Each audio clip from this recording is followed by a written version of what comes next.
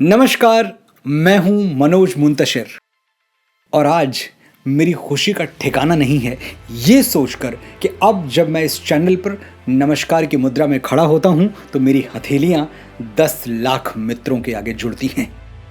ये विराट परिवार जो मुझे मिला है ये मेरी असली कमाई है और अब मैं भी सीना तान के कह सकता हूं कि हाँ, मैं लखपति हूं क्योंकि 10 लाख लोग मेरे साथ कंधे से कंधा मिलाकर खड़े हैं।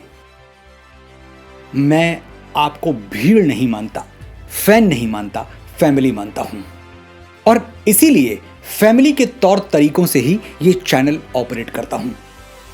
जैसे परिवार में कुछ एक तरफा नहीं होता, वन वे नहीं होता, बात कही जाती है, बात सुनी जाती है, वैसे ही मेरे चैनल पर भी पहले मैं आपकी सुनता हूं, फिर आपको अपनी सुनाता हूं।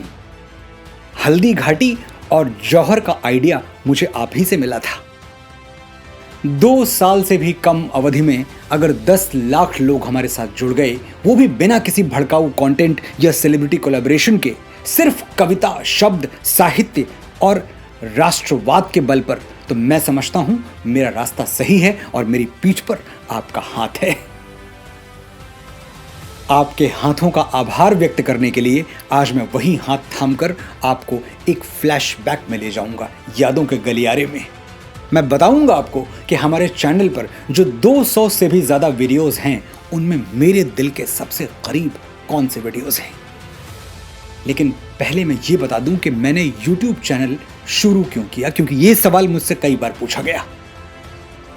YouTube चैनल शुरू करने के कई कारण हैं, लेकिन निजी प्रसिद्धि प्राप्त करना उस सूची में नहीं है। जब मैं बाहुबली लिख चुका था, तेरी गलियां से लेकर तेरी मिट्टी तक अनगिनत ऐसे गाने लिख चुका था जो आपके होठों पर तैर रहे थे, जब देश के सबसे बड़े म्यूजिक स्ट्रीमिंग ऐप गाना ने मुझे साल का सबसे ज्यादा सुना जाने वाला गीतकार घोषित कर दिया था, जब फिल्म इंडस्ट्री के लगभग सभी अवार्ड्स मैंने कई बार जीते और फिर हमेशा के लिए अवार्ड्स लेने से मना कर दिया, तो एक YouTube चैनल मेरी प्रसिद्धि में नया क्या जोड़ सकता था। ऐसा क्या था जो मुझे तेरी मिट्टी ने नहीं दिया, इसलिए मैंने अपनी पूरी ताकत YouTube पर लगा दी। सवाल प्रसिद्धि का नहीं, कर्तव्य का था। कर्तव्य क्या है? ऋषि ऋण चुकाना। मैंने अपने बड़ों से जो सीखा, अगर मैं वो आगे ना बढ़ाऊं तो एक दीपक कितनी देर जलेगा, एक दिन तो उसे बुझना ही होगा। कविता हो या इतिहास, दोनों से धूल झाड़कर, पुस्तकालयों से निकालकर आपकी स्क्रीन तक पहुंचाना मैं अपना उत्तरदायित्व मानता हूं। इसी में मेरे होने का अर्थ है। तो चलिए उतरिए मेरे साथ शब्दों के समुद्र में और जानिए उन वीडियोस के बारे में जो मुझे बहुत प्रिय हैं।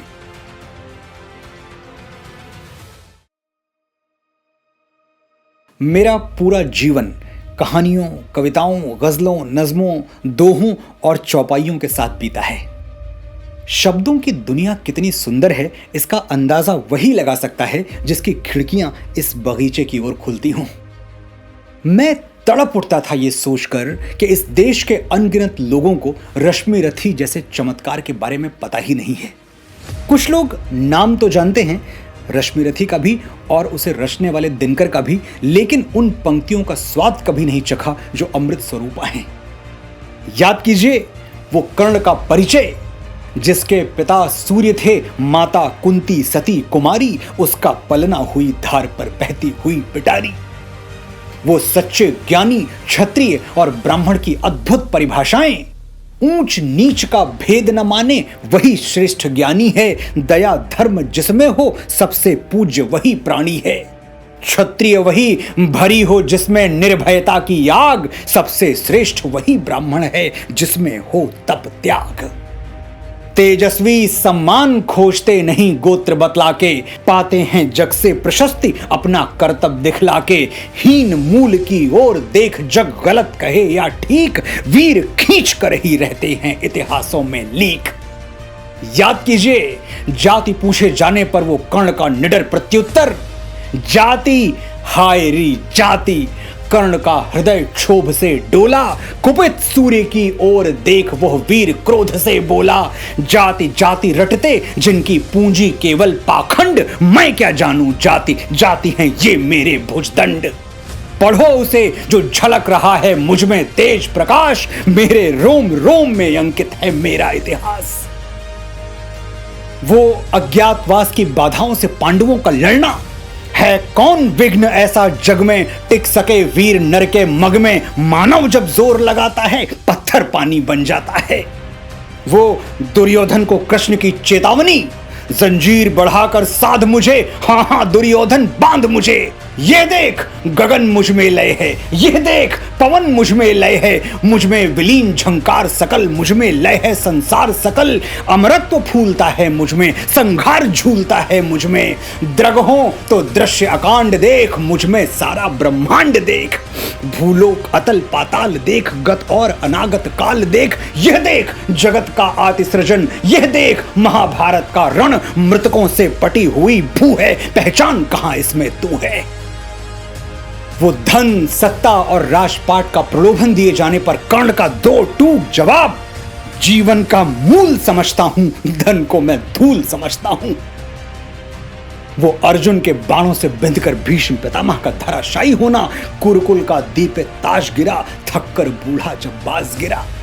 और वो दिनकर का लिखा हुआ अटल सत्य, जहां कहीं है ज्योति जगत में, जहां कहीं उजियाला, वहीं खड़ा है कोई अंतिम मूल चुकाने वाला। और जरा जरा से लाभ के लिए अपनी निष्ठा से समझौता करने वालों को राष्ट्र कवि का हितोपदेश, विजय तन की घड़ी भर की दमक है, इसी संसार तक उसकी चमक है, भुवन की जीत मिटती है भुवन में, उसे क्या खोजना गिरकर पतन में, शरण केवल उजागर धर्म होगा, सहारा अंत में सत्कर्म होगा। अगर ये शब्द आपके कानों ने नहीं सुने तो ईश्वर की भेंट की हुई श्रवण शक्ति व्यर्थ चली गई। अब तक अगर आपने रश्मि रथी का पूरा पाठ नहीं सुना तो मैं प्लेलिस्ट का लिंक नीचे दे रहा हूं, जरूर सुने।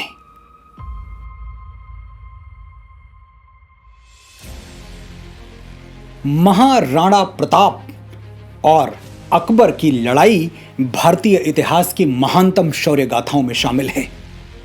एक तरफ अकबर की यह जिद कि मेवाड़ को मुगलिया सल्तनत के आगे झुकना ही होगा, दूसरी ओर महाराणा प्रताप की सौगंध कि घास की रोटियां खा के जी लेंगे लेकिन एक जालिम को जिल्ले इलाही नहीं कहेंगे। 1576 ईस्वी में उदयपुर से 40 किलोमीटर दूर हल्दी घाटी के मैदान में बप्पा रावल की वंशावली में जन्मा वो वीर क्षत्रिय उस अकबरी सेना से जा टकराया जिसे अपराजेय कहा जाता था। ऐसा युद्ध हुआ कि हल्दी घाटी, जिसकी मिट्टी हल्दी के रंग की पीली हुआ करती थी, कई दिनों तक लहू से लाल रही। हल्दी घाटी में महावीर राणा प्रताप ने अपने भाले से इतिहास लिख दिया और वर्षों बाद महाकवि श्याम नारायण पांडे ने इस इतिहास को अपनी लेखनी से पुनर्जीवित कर दिया। कैसे कैसे पद रच दिए महाकवि ने राणा के बखान में। कैसा है जलता अंगार, कैसा उसका रणहुंकार, कैसी है उसकी तलवार अभय मचाती हाहाकार, कितना चमक रहा है भाल, कितना तन कटिवक्ष विशाल, उससे जननी अंक निहाल, धन्य धन्य माई का लाल। कैसी है मेवाड़ी आन, कैसी है राजपूती शान, जिस पर इतना है कुर्बान, जिस पर रोम रोम बलिदान। वो राणा प्रताप की ललकार जिसने क्षत्रियों और भीलों की नसों में दहकते हुए अंगारे भर दिए और मुगलों के रक्त से स्नान करने के लिए उनकी तलवारें म्यानों से निकल पड़ी। विश्वास मुझे निजवाणी का है राजपूत कुल प्राणी का, वो हट सकता है वीर नहीं यदि दूध पिया छत्राणी का। अब उड़ जाओ तुम पांखों में, तुम एक रहो अब लाखों में, वीरों हलचल सी मचा मचा तलवार घुसा दो आंखों में। वो राणा की सौगंध कि जब तक अकबर की हवस परस्त आंखों से मातृभूमि को सुरक्षित नहीं कर लेते तब तक दुनिया के सारे सुख वैभव त्याज्य हैं। अब से मुझको भी हास शपथ, रमणी का वो मधुमास शपथ, रत केल शपथ, भुजपाश शपथ, महलों के भोग विलास शपथ, सोने चांदी के पात्र शपथ, हीरा मणियों के हार शपथ, माणिक मोती से कलित ललित, अब से तन के श्रृंगार शपथ, गायक के मधुमय गान शपथ, कवि की कविता की तान शपथ, रस रंग शपथ, मधुपान शपथ, अब से मुख पर मुस्कान शपथ। मोती झालर से सजी हुई वह सुकुमारी सी सेज शपथ, यह निरपराध जग ठहर रहा जिससे वह राजस तेज शपथ, पद पर जग वैभव लौट रहा वह राजभोग सुख साज शपथ, जगमग जगमग मणि रत्न जटित अब से मुझको यह ताज शपथ।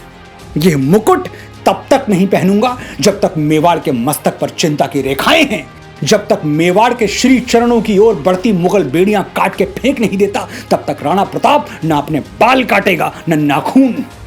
जब तक स्वतंत्र यह देश नहीं है कट सकता नख केश नहीं, मरने कटने का क्लेश नहीं, कम हो सकता आवेश नहीं, परवाह नहीं परवाह नहीं, मैं हूं फकीर अब शाह नहीं, मुझको दुनिया की चाह नहीं, सह सकता जन की आह नहीं। यह तो जननी की ममता है, जननी भी सिर पर हाथ न दे, मुझको इसकी परवाह नहीं चाहे कोई भी साथ न दे, विष बीज न मैं बोने दूंगा, अरि को न कभी सोने दूंगा, पर दूध कलंकित माता का मैं कभी नहीं होने दूंगा। राणा का वो घोड़ा चेतक जो पशु योनि में जन्म लेकर भी राणा के लिए सगे भाई जैसा था, कैसा था चेतक का शौर्य। रणबीर चौकड़ी भर भर कर चेतक बन गया निराला था, राणा प्रताप के घोड़े से पड़ गया हवा को पाला था, गिरता न कभी चेतक तन पर राणा प्रताप का कोड़ा था, वो दौड़ रहा अरे मस्तक पर या आसमान पर घोड़ा था। और अपने बच्चों को जंगल में घास की रोटियां खाते देखकर जब राणा का धैर्य टूटने लगा तो उनकी धर्मपत्नी ने रानी ने उनको याद दिलाया कि तुम हो कौन। तू प्राण सनातन का है, मानवता का जीवन है, तू सतियों का आंचल है, तू पावनता का धन है, तू भारत का गौरव है, तू जननी सेवा रत है, सच कोई मुझसे पूछे तो तू ही तू भारत है।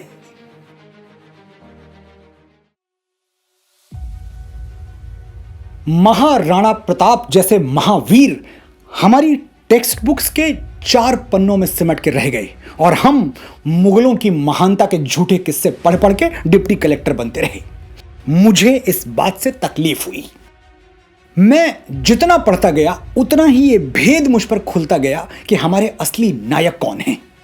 हम बाबरों, अकबरों, जहांगीरों और औरंगजेबों को राष्ट्रनायक माने या बप्पा रावल, पृथ्वीराज चौहान, महाराणा प्रताप, श्री राम और कृष्ण को। क्या हमारा स्वाभिमान इतना मरणासन है कि हम आज भी इन ग्लोरीफाइड डकैत के कसीदे पढ़ रहे हैं, आज भी उनको राष्ट्र निर्माता बताते हैं। जो फरगाना, अरब और उज्बेकिस्तान में टॉयलेट नहीं बनवा पाए वो हिंदुस्तान में ताजमहल बनवाने आए थे। मुझसे नहीं रहा गया और एक दिन मैंने जलते हुए कोयले पर पांव रख दिए। 24 अगस्त को मैंने एक वीडियो रिलीज किया जिसने पूरे देश में तूफान खड़ा कर दिया। आप किसके वंशज हैं? मैं जानता था इस सवाल पर शोर उठेगा, लेकिन इतना ज्यादा इसका अंदाजा मुझे भी नहीं था। रातों रात हजारों लोग मेरे दुश्मन हो गए क्योंकि मैंने कुछ ऐसे सवाल पूछ लिए थे, बेबाकी से पूछ लिए थे, जिन पर 75 सालों से पर्दा डालने की कोशिश होती आ रही थी। एक तरफ हजारों लोग सोशल मीडिया पर मुझे घेर रहे थे, वहीं लाखों नए साथी भी उठकर सामने आ गए। ये मेरे नए साथी जब मिलके गरजे तो शेर की खाल ओढ़े हुए ट्विटरी गीदड़ कोने कोपचे में जाकर दुबक गए। पहली बार मैं आश्वस्त हुआ कि इस देश में सच के लिए उठने वाली निडर आवाजों को अब किसी से डरने की, दबने की जरूरत नहीं है। करोड़ों लोग जाग उठे हैं, उनका राष्ट्र प्रेम जाग उठा है, राष्ट्रवाद जाग उठा है। ये नया भारत है, नई ऊर्जा के साथ दहाड़ेगा। आप किसके वंशज हैं का लिंक नीचे दे रहा हूं। 3 महीने में 10 लाख से ज्यादा बार ये वीडियो देखा जा चुका है। अगर आपने अब तक नहीं देखा तो आज जरूर देखें, और अगर देखा है तो दोबारा देखें ताकि आपके मन की यज्ञ स्थली में राष्ट्र प्रेम की ज्वाला धधकती रहे।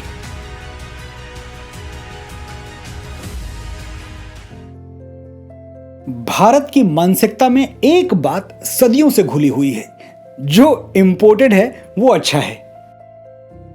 जब तक हम ऑस्ट्रेलिया के एप्पल और इटली के अंगूर खा के खुश हैं, मुझे कोई एतराज नहीं है। आपके पैसे हैं, जहां चाहे खर्च करें। लेकिन जब स्वदेशी साहित्य को इंपोर्टेड लिटरेचर के आगे फीका बताया जाता है, तब मेरे अंदर कुछ टूट जाता है। शेक्सपियर, गोरकी, वर्ड्सवर्थ महान थे, कोई शक नहीं है, लेकिन मुंशी प्रेमचंद किससे कम थे? तुलसीदास किससे कम थे? जायसी और नरोत्तम दास किससे कम थे? मैं जान गया कि मेरे बोलने से कुछ नहीं होगा, मेरी वाणी में प्रेमचंद को बोलना होगा, तुलसी और नरोत्तम दास को बोलना होगा। मैंने मुंशी प्रेमचंद की कहानी कफन आपको पढ़ के सुनाई। आपने इतने अपनेपन से सुनी कि मेरा मन भर आया। फिर पूस की रात, बड़े भाई साहब, मंत्र, ईदगाह, बूढ़ी काकी, हर कहानी का आपने स्वागत किया। मैंने भारत रत्न श्री अटल बिहारी वाजपेयी की कविताएं पढ़ी, हरिशंकर परसाई के व्यंग पढ़े, मैथिली शरण गुप्त के खंड काव्य आपको पढ़ के सुनाए, और हर बार आपने अपने स्नेह से मुझे भाव विभोर कर दिया। आपके हजारों कमेंट्स ने मुझे बता दिया कि आप इंपोर्टेड के माया जाल में उलझने वाले नहीं हैं, आपको अपने कलमकारों की कद्र है। 1 से शुरू होके हम 10 लाख तक पहुंच चुके हैं, लेकिन ये सचमुच सिर्फ शुरुआत भर है। अभी बहुत कुछ कहना सुनना बाकी है। ऐसे अनगिनत पन्ने हैं जो आपके सामने खुलने की प्रतीक्षा में हैं। इतिहास की असंख्य ऐसी घटनाएं हैं जिनको जाने बिना हम भारत मां के ऋण से उद्धार नहीं हो सकते। मैं अपने हिस्से का परिश्रम करता रहूंगा, आप अपने हिस्से का प्रेम मुझे देते रहें। आभार।